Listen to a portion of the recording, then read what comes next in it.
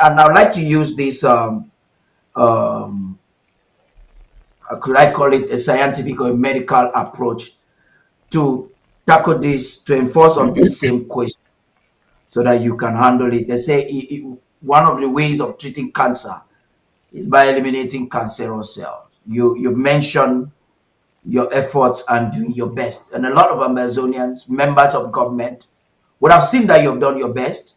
First of all, to show leadership, to be fair with every individual or groups of individuals involved with mayhem within government. In an eventuality where this persists, where there is persistence and your efforts are not yielding sufficient fruits, the individuals are not adhering to any solution provided, no matter how good they may seem. My question to you, Mr. President, again as a leader, how do you intend to employ government instruments to ensure that order be restored and enforced, and that those who are still the good seats, in quotes, are not contaminated in their effort to fight for Ambazonia? You see, every bad person you see today was once a good person. And I know that even some of the people too who are good today, tomorrow may be numbered among the bad people. So I'm not even flattered anymore by people saying good, this one is good, I am good, the other one is bad. Because I'm telling you, if this thing has not changed me, it has changed me the way I look at human beings. Yes. If this revolution has not done anything to me, because there are certain times I stand on the mirror like this, I say, is it still me? Because I've seen angels grow horns in 2 days. And I look at them, I cannot recognize them. I've seen it. I've seen all kinds of colors. So the question is, what do I do now? And I'm not going to do this as a matter of labels of good and bad. No. One thing with leadership is that leadership is not only knowing what to do, but knowing how to do it and when to do it is part of leadership. Because your intentions notwithstanding, knowing what to do is not good enough. Because if you do it at the wrong time, you might be wrong, even if the content of your action looks right. If you do it in the wrong manner, you are still wrong, even though the content of your action, the intention is good. So that is what leadership is. When I sit here, I'm trying to make decisions.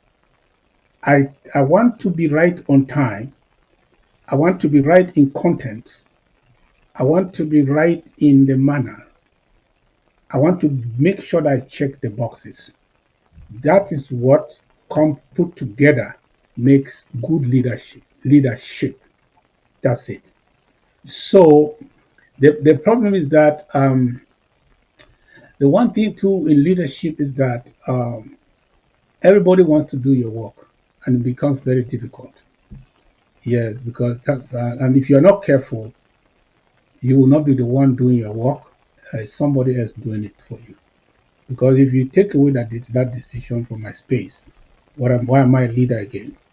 Then the only problem, the only advice I have for me and for leadership is that don't miss the mark. Don't miss the focus. Don't remain focused. Don't let nothing go out of sight. Make sure that I'm monitoring. Make sure that I have a response and I have a plan. Make sure that I have a response and I have a plan. And make sure that I don't miss out. I don't miss the moment and the how and when to do this correctly. It should not be outside my consideration. It should be within my consideration. As long as that's within my consideration, I know it. I know it. I've got some experiences that if I share them now, some people will get angry from certain places, probably who are enjoying their retirement. They will say, "Can you imagine he said this about me?" Then they will have a 5 minutes come back to social media because of me. I've handled situations that I can look back now and ask you, was that correct? And somebody will say, yeah, it was correct. I said, but remember, it wasn't correct when I said when I decided to wait for that moment. It wasn't correct.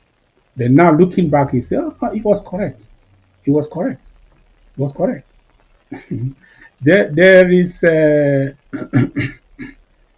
there is a situation of a vice president who I had who wanted to who was opposing me. Anytime I go and make a speech, he would go and make a speech to the contrary.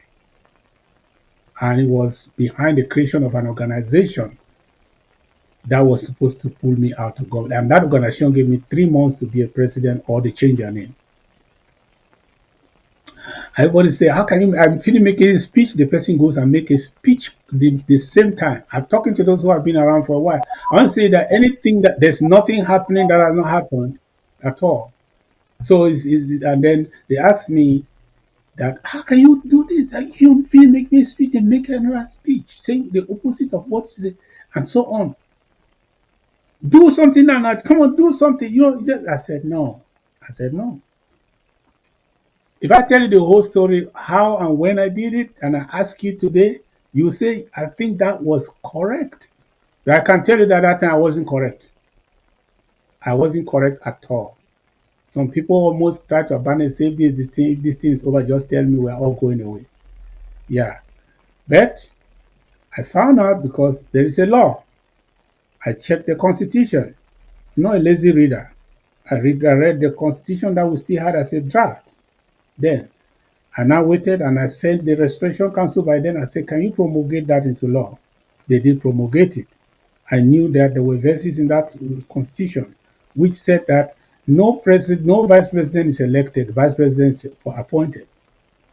So I had a document that says that that one who was elected was not properly appointed. And number two, the vice president then was a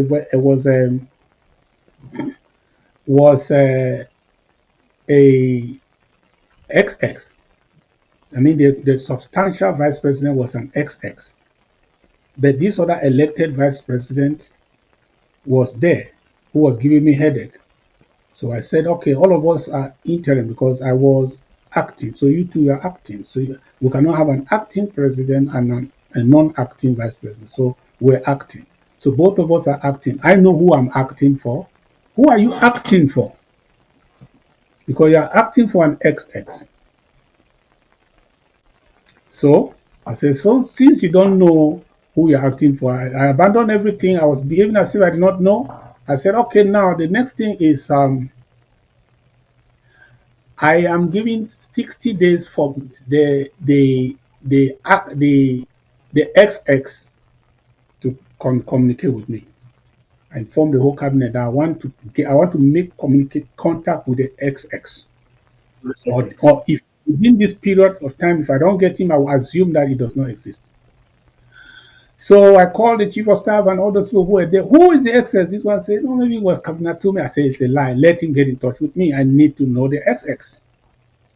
And there was no X coming. When the time expired, I said, I wrote a letter informing the lawmaker that XX does not exist.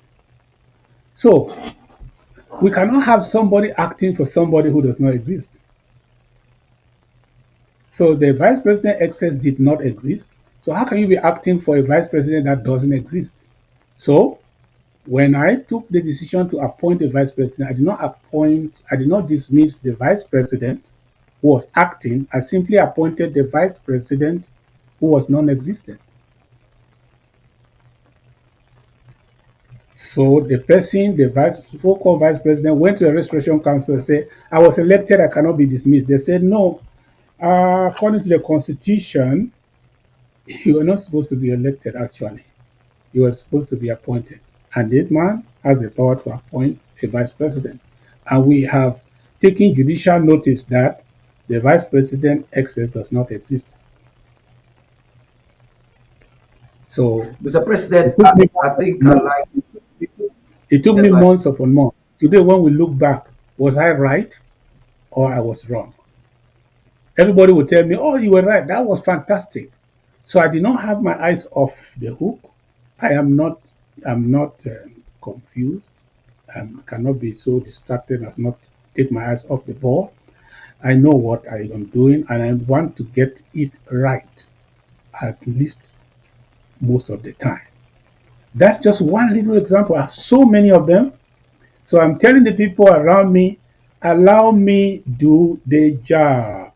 If you are a passenger behind the seat, don't try to drive the car.